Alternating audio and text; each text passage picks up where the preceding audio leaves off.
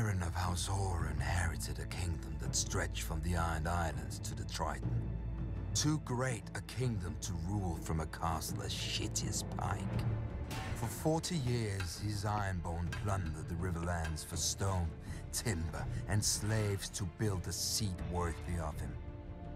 Legend has it that Masons laid the final stone in Harrenhal on the very day that Aegon landed in Westeros. Could have been a divine omen. Could have been the Masons wanted to fuck off before the dragons got there. They weren't the only ones. At Aegon's approach, Harren's river lords revolted, led by House Tully. I thought Harren noticed. Harrenhal could repel an army of 1,000,000 men. No ladder could summit its walls, and no ram could shatter them. The castle was as impregnable as an old mate's cunt.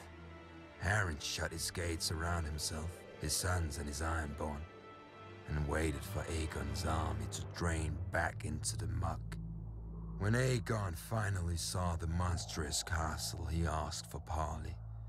Harren granted it. Valyria had been the greatest empire the world had ever seen. Harren wanted to piss on its ashes. Yield now, and you may remain as Lord of the Iron Islands. Yield now, and your sons will live to rule after you. You see my army outside your walls. You see my dragons. What is outside my walls is of no concern. Those walls are strong and thick. Dragons fly. But stone doesn't burn. When the sun sets, your line shall end. Harren spat and returned to his castle. Once inside, he promised lands, riches, and Tully's daughters to whoever could bring down Aegon or his dragon. As the sun sank below the horizon, all of Harren's men patrolled the battlements, hearing wings in every gust of wind. But the moon rose and sank, and no dragon appeared. While the Ironborn were ringing the battlements, Aegon drove his dragon Balerion higher and higher in the night sky, so that even the great castle of Harrenhal looked like an anthill below them. Then they plunged straight into the castle, well inside the guarded walls. The 5 towers of Harrenhal reached towards Aegon like a hand. Balerion opened his mouth and bathed all the fingers in flame. Harren was right. Stone doesn't burn, but men do, even when they're Ironborn. The dragon blasted my ancestors into ash that choked the survivors when they screamed. Harren's soldiers leapt from the battlements and died. They huddled against the walls and died. They fled across the yard and died.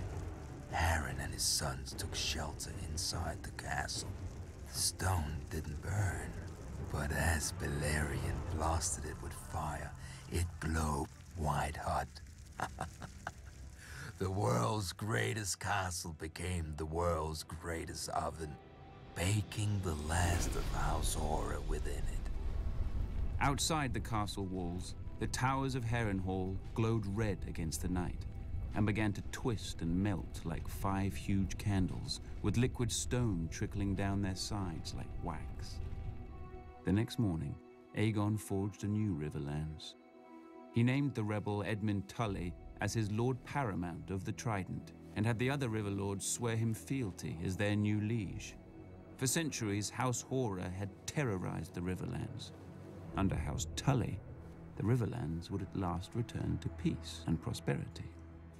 After the castle cooled enough to allow men inside, Aegon ventured into the ruin he'd made of Harrenhal.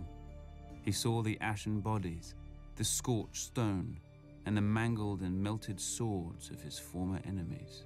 To his men's confusion, he ordered these useless swords collected and sent to his Aegon fort.